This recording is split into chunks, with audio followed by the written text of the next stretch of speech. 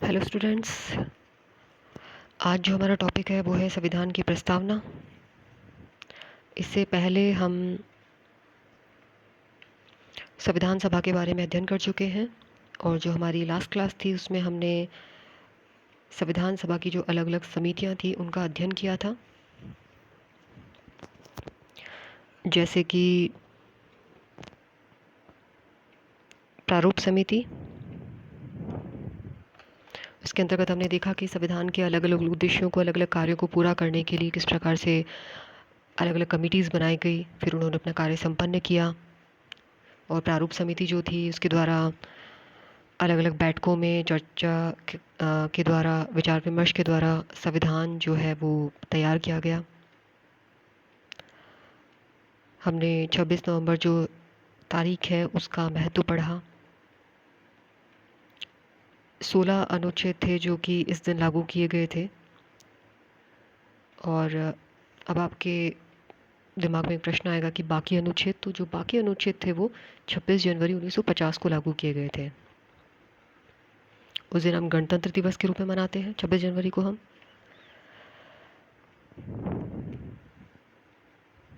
तो ये था हमारा जो हमने पिछली क्लास में पढ़ा। और आज जो हमारा टॉपिक है वो है संविधान की प्रस्तावना, प्रियम्बल ऑफ द कॉन्स्टिट्यूशन। प्रस्तावना एक्चुअल में है क्या? प्रस्तावना जो है ये होता है संविधान का परिचय। कि अगर किसी देश किसी देश के संविधान को समझना है तो आप क्या कर सकते हैं, वहाँ की प्रस्तावना का अध्ययन कर सकते हैं। तो वहाँ के संविधान के बारे में आपको आसानी से पता चल सकता है। ये एक तरीके से क्या होता है, संविधान का सार। अब देखिए, जो प्रस्तावना है इसका आधार क्या था। अगर आपको ध्यान में हो तो हमने अपनी जो लास्ट क्लास थी इसमें उद्देश्य प्रस्ताव के बारे में अध्ययन किया था। 13 दिसंबर 1946 को क्या हुआ था कि जवाहरलाल नेहरू जो थे उन्होंने उद्देश्य प्रस्ताव पेश किया था, जिसमें संविधान की संरचना जो थी इसके दर्शन की झलक थी। फॉर एग्ज़ाम्पल इसमें क्या कहा गया था, इसमें जैसे कहा गया था कि संविधान सभा भारत को एक स्वतंत्र संप्रभु गणराज्य घोषित करती है तथा अपने भविष्य के प्रशासन को चलाने के लिए एक संविधान के निर्माण की घोषणा करती है। इस प्रकार से तो जो उद्देश्य प्रस्ताव था, इस प्रस्ताव को बाद में 22 जनवरी 1947 को सर्वसम्मति के द्वारा इसको स्वीकार कर लिया गया था। और हमारी जो प्रस्तावना है ये नेहरू ने जो बनाया था उद्देश्य प्रस्ताव, और बाद में इसको जिस तरीके से सर्वसम्मति से पास किया गया था, तो ये इस पर आधारित है। इस बात को आप ध्यान रखिएगा। एक प्रश्न बहुत महत्वपूर्ण यहाँ पे आता है कि कई एग्ज़ाम्स में पूछा गया है कि संविधान में इतने संशोधन हुए हैं तो क्या कोई ऐसा संशोधन है जो कि प्रस्तावना में किया गया है? तो इसका आंसर है यस। 42वें संविधान संशोधन अधिनियम जो कि 1976 में हुआ था, उसके द्वारा प्रस्तावना को संशोधित किया गया। ठीक है। और संशोधित करने के बाद में इसमें क्या संशोधन था या इसमें क्या शामिल किया गया, तो इसमें समाजवादी, धर्मनिरपेक्ष तथा अखंडता जो शब्द थे उनको सम्मिलित किया गया। देखिए, यहाँ पे आपको इन शब्दों की सीक्वेंस भी ध्यान में रखनी है। समाजवादी, धर्मनिरपेक्ष, अखंडता। वजह इसकी ये है कि ये इसी सीक्वेंस में जोड़े गए थे। परीक्षा में जो प्रश्न पूछे जाते हैं उसमें कंफ्यूज करने के लिए क्या किया जाता है कि इन शब्दों की जो सीक्वेंस है उसको बदल दी जाती है या इसमें कोई नया शब्द डाल दिया जाता है। तो आप इनके सीक्वेंस ध्यान में रखिएगा। समाजवादी, धर्मनिरपेक्ष तथा अखंडता शब्द सम्मिलित किए गए थे। आगे हम बात करते हैं प्रस्तावना के तत्वों की। तो देखिए, जो प्रस्तावना में 4 मूल तत्व हैं, 4 एलिमेंट्स हैं। ये सब क्या हैं? तो सबसे पहले जो है वो संविधान के अधिकार का स्रोत। प्रस्तावना क्या बताती है? प्रस्तावना ये कहती है कि जो संविधान है ये कहाँ से अपनी शक्ति ग्रहण करता है। ये अपनी शक्ति ग्रहण करता है भारत की जनता से, भारत के लोगों से। इस संविधान का जो निर्माण हुआ था वो भारत की जनता की ओर से जो संविधान सभा के सदस्य थे उन्होंने किया था। और उनको उनके द्वारा ही बाद में इसे क्या किया गया, अडॉप्ट किया गया, अंगीकृत किया गया। तो संप्रभुता किस में निहित हुई, भारत की जनता में। आगे हम बात करते हैं तो भारत की जो प्रस्तावना है, इसका दूसरा तत्व क्या है, भारत की प्रकृति। यानी कि क्या बताती है कि भारत किस स्वरूप का देश है, किस प्रकृति का देश है। तो भारत कैसा है, भारत एक संप्रभु, समाजवादी, धर्मनिरपेक्ष, लोकतांत्रिक, गणतांत्रिक राज व्यवस्था वाला देश है। तो ये जो है, ये भारत का स्वरूप है। आगे प्रस्तावना जो है, ये तीसरा तत्व क्या कहता है कि संविधान के उद्देश्यों को बताती है। और संविधान का उद्देश्य क्या है, संविधान का उद्देश्य है न्याय, स्वतंत्रता, समता, बंधुत्व, ये सब क्या है, उपलब्ध करवाना, इनको सुनिश्चित करना। भाई नागरिक जो है उनको सामाजिक, आर्थिक, राजनीतिक न्याय उपलब्ध हो सके, उनको विचार की, अभिव्यक्ति की, विश्वास की, धर्म की, उपासना की स्वतंत्रता उपलब्ध कराना, ये इसका उद्देश्य है। प्रतिष्ठा की समता, अवसर की समता, इनको सुनिश्चित करना, ये इसका उद्देश्य है। व्यक्ति की गरिमा को सुनिश्चित करना, राष्ट्र की जो एकता है उसको बढ़ाने वाली बंधुता जो है, इसको सुनिश्चित करना। तो इस प्रकार से ये थे क्या थे, संविधान के उद्देश्य, जो कि प्रस्तावना का एक तत्व है। इसी प्रकार से संविधान के लागू होने की तिथि, ये इसका चौथा तत्व है। तो प्रस्तावना जो है उसमें संविधान के लागू होने की जो तिथि है वो है 26 नवंबर 1949। ये बातें थी प्रस्तावना के तत्वों के बारे में। आगे हम बढ़ने से पहले हम ये जान लेते हैं कि एक्चुअल में संविधान की जो प्रस्तावना है ये क्या कहती है। ये कहती है, हम भारत के लोग भारत को एक संपूर्ण प्रभुत्व संपन्न, समाजवादी, धर्मनिरपेक्ष, लोकतांत्रिक गणराज्य बनाने के लिए और इसके समस्त नागरिकों को सामाजिक, आर्थिक, राजनीतिक न्याय, विचार, अभिव्यक्ति, धर्म, विश्वास तथा उपासना की स्वतंत्रता, प्रतिष्ठा तथा अवसर की समता प्राप्त कराने के लिए तथा व्यक्ति की गरिमा और राष्ट्र की एकता तथा अखंडता सुनिश्चित करने वाला बंधुत्व बढ़ाने के लिए दृढ़ संकल्पित होकर अपनी संविधान सभा में आज दिनांक 26 नवंबर 1949 को एतद द्वारा इस संविधान को अंगीकृत, अधिनियमित तथा आत्मार्पित करते हैं। तो ये थी हमारी प्रस्तावना, उद्देशिका, प्रेयम्बल। अब देखिए, आपने इसमें इतने भारी भरकम शब्द पढ़े, संप्रभुता, लोकतांत्रिक या धर्मनिरपेक्ष या समता, बंधुत्व। तो कई स्टूडेंट्स ऐसे होंगे जिनके बिल्कुल सर के ऊपर से निकल गए होंगे कि क्या था, हमें तो कुछ समझ ही नहीं आया। तो इसको हम विस्तार से पढ़ते हैं कि ये शब्द जो है इनका क्या अर्थ है। तो प्रस्तावना के जो मेन शब्द हैं या उसकी जो शब्दावली है, इसका हम अध्ययन करते हैं। अब देखिए, जैसे हमने पढ़ा इसमें कि एक शब्द है संप्रभुता। संप्रभुता से क्या अर्थ है, भारत किसी अन्य देश पर निर्भर नहीं है। यानी भारत के बाहर ऐसी कोई सत्ता नहीं है जिस पर यह देश किसी भी रूप में निर्भर है। जैसे पहले किस पर निर्भर था, ब्रिटेन पर। ब्रिटेन का क्या था, उपनिवेश था। ठीक है, तो भारतीय संविधान जो है वो भारत के लोगों द्वारा निर्मित है, और भारत में जो संप्रभुता है वो किस में निहित है, भारतीय जनता में। तो इसके ऊपर और कोई शक्ति नहीं है। ये तो था संप्रभुता। आगे हम बात करते हैं समाजवाद। समाजवाद, अभी हमने चर्चा की कि 42वां संविधान संशोधन अधिनियम जो था उसके द्वारा इस शब्द को जोड़ा गया था। ठीक है, तो इस संशोधन के द्वारा पहला शब्द जोड़ा गया था। अब सर्वोच्च न्यायालय क्या कहता है कि देखिए, लोकतांत्रिक समाजवाद जो है इसका उद्देश्य क्या है, गरीबी समाप्त की जाए, बीमारियां जो है वो समाप्त की जाए, उपेक्षा तथा अवसर की जो असमानता है इसको समाप्त किया जाए।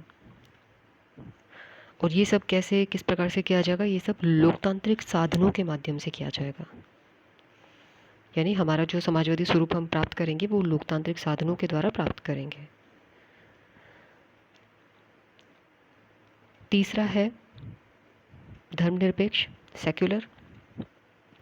मतलब इसका क्या है कि भारत का अपना कोई धर्म नहीं है। ये जो शब्दावली है, इसमें आपके छोटे छोटे प्रश्न या परिभाषाएं जो हैं, ये प्रश्न पूछे जा सकते हैं और आपको पता भी होना चाहिए राजनीति विज्ञान के स्टूडेंट के तौर पे। तो धर्मनिरपेक्ष का मतलब क्या होता है कि भारत का अपना कोई धर्म नहीं है और वो क्या करेगा कि सभी धर्मों को बढ़ाने के उचित अवसर प्रदान करता है। ये मतलब हो गया धर्म का। राज्य जो है वो क्या करेगा, धर्म को नागरिकों का व्यक्तिगत मामला समझता है।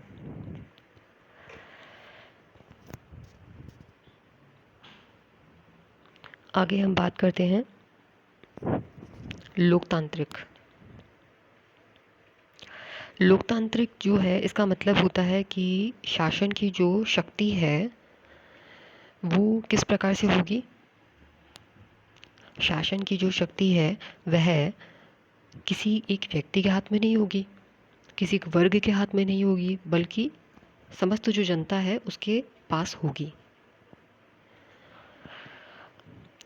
देखिए, आपने अध्ययन किया होगा कि लोकतंत्र जो है ये दो प्रकार का होता है। एक डायरेक्ट होता है, इनडायरेक्ट होता है, यानी कि प्रत्यक्ष और अप्रत्यक्ष प्रकार का होता है।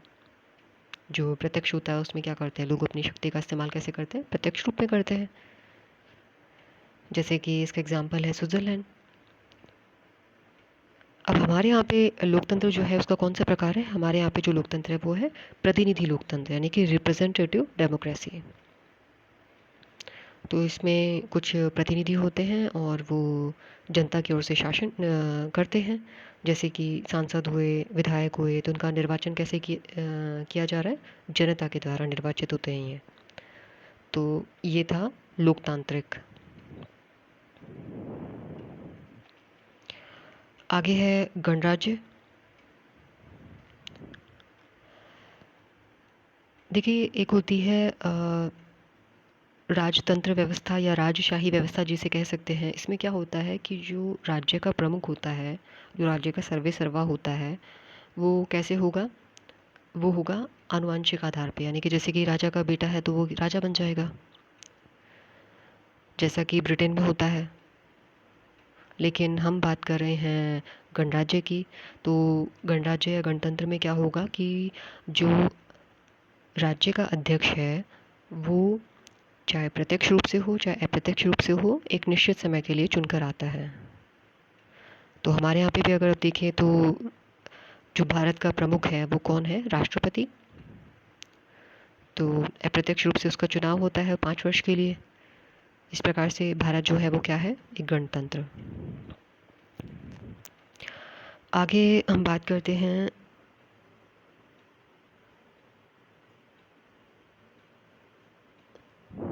न्याय की।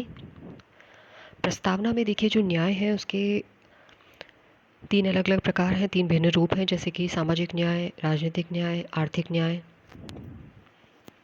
अब देखिए, न्याय की तो बात की है, लेकिन इनका फिर इनकी सुरक्षा भी होनी चाहिए। अलग अलग उपबंध ऐसे भी होते हैं, ऐसे भी शामिल हैं संविधान में, जिनके द्वारा न्याय जो है इनकी सुरक्षा या फिर इनकी उपलब्धता सुनिश्चित की गई है, जैसे कि फंडामेंटल राइट। अब देखिए, हमने बात की सामाजिक न्याय की। सामाजिक न्याय का मतलब क्या हो सकता है। सामाजिक न्याय का मतलब ये है कि देखिए, किसी व्यक्ति के साथ में जाति के आधार पे, रंग के आधार पे या धर्म के आधार पे, ठीक है, इनके आधार पे कोई भेदभाव ना किया जाए, समान व्यवहार किया जाए। तो इस इन किसी भी आधार पर बिना भेदभाव के समान व्यवहार होगा तो वो सामाजिक न्याय कहलाएगा। आर्थिक न्याय, आर्थिक आधार पे किसी प्रकार का कोई भेदभाव नहीं हो। राजनीतिक न्याय कि हर व्यक्ति को क्या हो, राजनीतिक अधिकारों की प्राप्ति हो। जैसे कि मान लीजिए कोई बात है जो आपको सरकार तक पहुंचानी है, तो हाँ, आपको अधिकार है। या वोट देना, वो भी क्या है, राजनीतिक न्याय। तो ये थी न्याय की बात। आगे हम बात करते हैं स्वतंत्रता की। देखिए, स्वतंत्रता जो है इसके 2 अर्थ हैं। एक थोड़ा सा नकारात्मक रूप में है और एक सकारात्मक रूप में है। नकारात्मक कैसे, जैसे कि हम स्वतंत्रता से क्या अर्थ लगाएंगे। अगर हम सोचें कि स्वतंत्रता क्या होती है, तो उसका ये मतलब है कि पहला तो ये हुआ कि जो लोगों की गतिविधि होती है, लोग कुछ काम कर रहे हैं, कोई गतिविधि कर रहे हैं, तो उस पर कोई रोक टोक ना हो। तो ये तो एक नकारात्मक अर्थ हो गया। इसमें तो क्या हुआ, कोई भी व्यक्ति कुछ भी कर सकता है। लेकिन इसके साथ में एक सकारात्मक अर्थ भी है कि व्यक्ति के विकास के लिए अवसर प्रदान करना। तो इस प्रकार से दोनों को मिला करके स्वतंत्रता का अर्थ बनता है। अब देखिए, स्वतंत्रता किस किस प्रकार की, तो स्वतंत्रता जो है, अभिव्यक्ति की स्वतंत्रता, विश्वास की स्वतंत्रता, धर्म की स्वतंत्रता, उपासना की स्वतंत्रता। ठीक है। और इसके लिए क्या किए गए हैं, इसके लिए अलग अलग जो मौलिक अधिकार है उनके द्वारा व्यवस्था की गई है। तो ये थी स्वतंत्रता की बात। आगे हम बात करते हैं समता की। समता क्या चीज़ है? समाज में देखिए इतने सारे वर्ग होते हैं, तो किसी भी वर्ग के लिए विशेषाधिकार की अनुपस्थिति और बिना किसी भेदभाव के हर व्यक्ति को समान अवसर प्रदान करना। तो ऐसा जो कार्य किया जाएगा तो वो किसके अंतर्गत आएगा, समता के अंतर्गत। तो प्रस्तावना जो है वो अवसर की समता उपलब्ध करवाती है, स्थिति की समता उपलब्ध करवाती है। तो जब तक हमें प्रतिष्ठा की, अवसर की समानता नहीं मिलेगी, तब तक स्वतंत्रता हम प्राप्त नहीं कर पाएंगे। कई मौलिक अधिकार हैं जिनके द्वारा इस प्रकार की व्यवस्था भी की गई है। अनुच्छेद 15 के द्वारा है, 16 के द्वारा है, 17 के द्वारा इत्यादि जो हैं उनके द्वारा इस प्रकार की व्यवस्था की गई है कि नागरिकों की जो समता है वो सुनिश्चित हो सके। और लास्ट जो है वो है बंधुत्व, मतलब भाईचारा।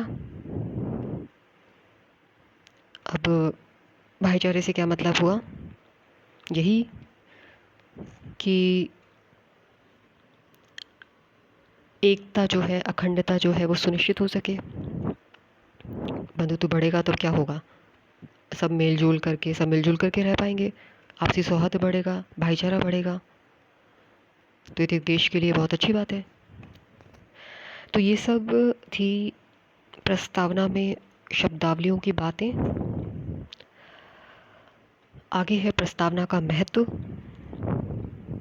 तो देखिए, प्रस्तावना जो है उससे क्या है, संविधान के उद्देश्यों का पता चलता है, लक्ष्यों का पता चलता है। अभी आपने बात की न्याय की, स्वतंत्रता की, समता की, तो ये सब क्या है, ये सब ऐसे उद्देश्य, ऐसे लक्ष्य हैं जो प्रस्तावना में दिए गए हैं।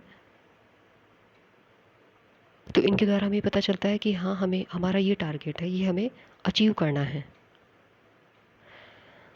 इसी तरीके से ये संविधान की व्याख्या का भी आधार है।